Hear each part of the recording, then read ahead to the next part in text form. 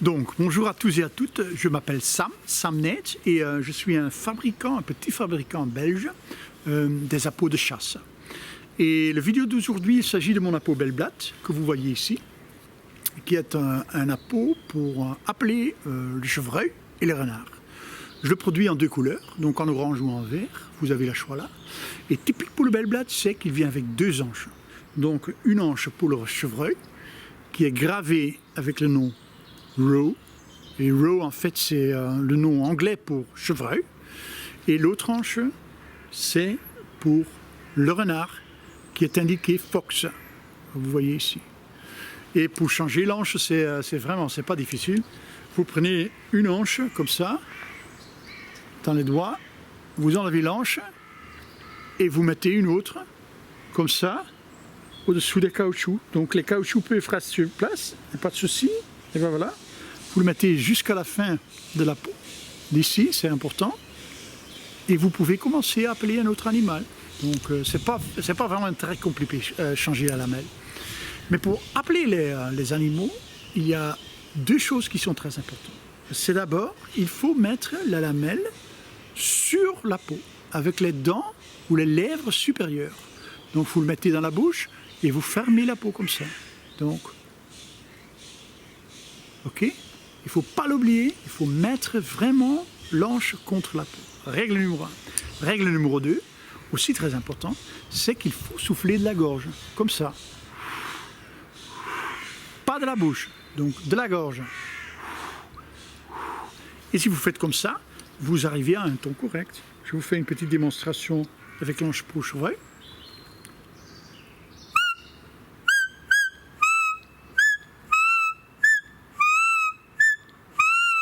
Vous entendez, sur le point, c'est plutôt le ton d'un jeune chevreuil, et un petit peu plus loin, c'est plutôt le ton d'un chevreuil plus âgé.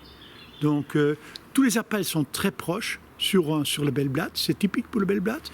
Donc, vous pouvez changer directement d'un ton plus aigu vers un ton plus profond. Et en même temps, vous pouvez l'utiliser aussi à main libre. C'est typique pour le Bellblatt aussi, et grâce à la construction de Bellblatt.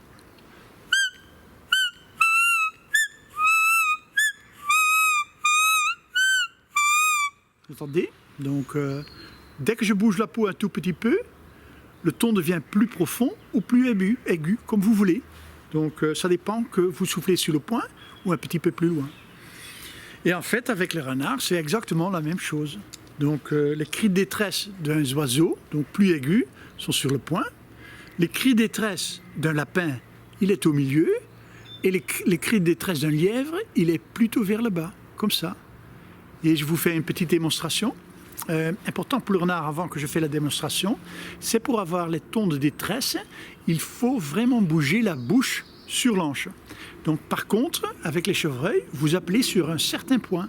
Donc c'est moins dynamique appeler les chevreuils. C'est plutôt put, put, put, put. Avec les renards, c'est plutôt...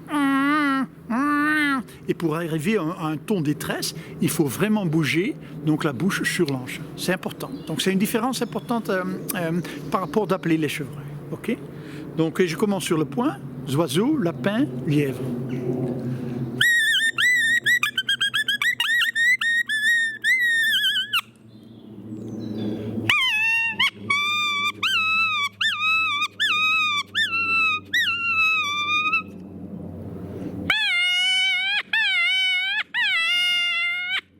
Vous voyez, je bouge ma main aussi un petit peu, et ça c'est pour articuler le ton. Comme je fais aussi avec mon appât FT3 ou mon appât MDX pour les corneilles, il faut bouger la main un petit peu pour articuler le ton. Vous pouvez faire ça aussi avec le Bellblatt pour les renards. Okay? Ce que vous pouvez faire aussi pour les renards, c'est, je ne sais pas la traduction en français, c'est faire comme ça sur la lamelle. Même un petit peu. Oui, ça donne une certaine vibration parce que l'hanche est si courte et si fine. Je vous fais une petite démonstration sur le point et aussi pour imiter un lièvre en détresse. Vous entendez la différence? Si je souffle normal, donc seulement souffler. Si je fais vous pouvez combiner les deux tons-là. Et vous pouvez faire la même chose pour imiter les cris des détresse d'une lièvre.